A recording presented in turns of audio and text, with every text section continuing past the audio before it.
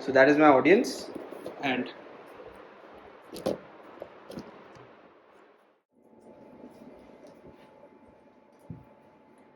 hi, for my expert to novice presentation, I will be talking about the biases in artificial intelligence. Before I start, here are some of the keywords.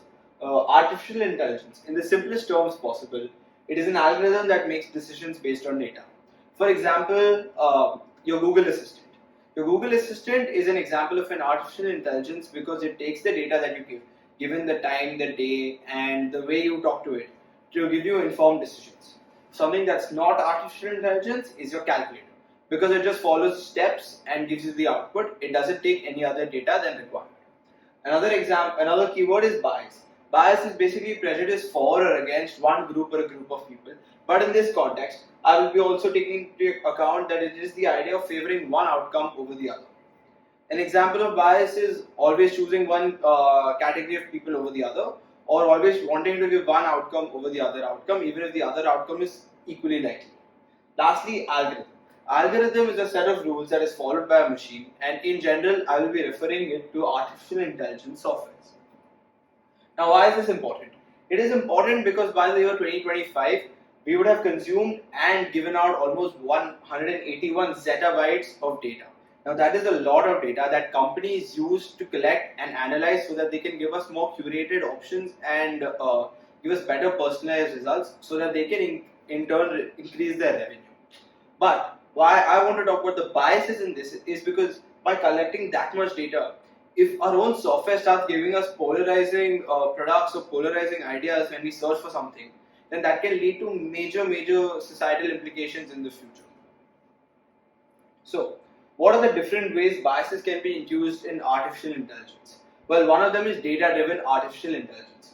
According to widely interdisciplinary reviews, computational molecular science, bias can be present in systems due to the data that is provided and fed to them.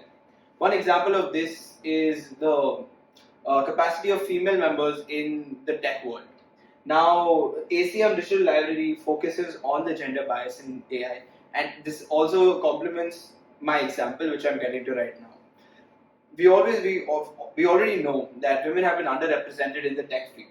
So this diagram shows that less women equals to less experience overall, which in turn means that there'll be which for an AI that is trying to determine how much to pay their employees. If the employees are female, means that the woman has less experience overall. That means that the woman should be paid less. And more likely the AI to think that the woman should be paid less. However, that should not be the case, and women and men and every gender should be paid equally depending on their skill set. The other example of AI-induced artificial intelligence is bias because of artificial intelligence and the way it is made. Now let me give an example. Let's say an AI was built and made in the year 2019, right when COVID struck. This means that cough and fever would most likely mean coronavirus, which would most likely mean that the patient should isolate themselves and should be treated with utmost and high priority. However, we know that before 2019 and before the COVID-19 virus, a cough and cold is basically just common cold, and it's not that high priority because it can be treated fairly quickly and fairly easily. But because of the time and the day and the period that the AI was set to consume data, it would always feel that any patient with cough and fever should be treated with utmost priority. And this can be biased because it will favor these people over a group of other people who actually might be high at risk. It is very difficult to find out how AI makes its decisions. The NCBI and the JAMA network complement the idea of the lack of transparency that AI has when they're giving out their outcomes. The NCBI highlights it as the black box nature of AI, which basically means that there's input, and then there are hundreds and hundreds of levels of different metrics that AI uses, which is very hard to determine, and then there's output. So unless and until one is able to determine what exactly the AI is doing, it is very difficult to get rid of the bias.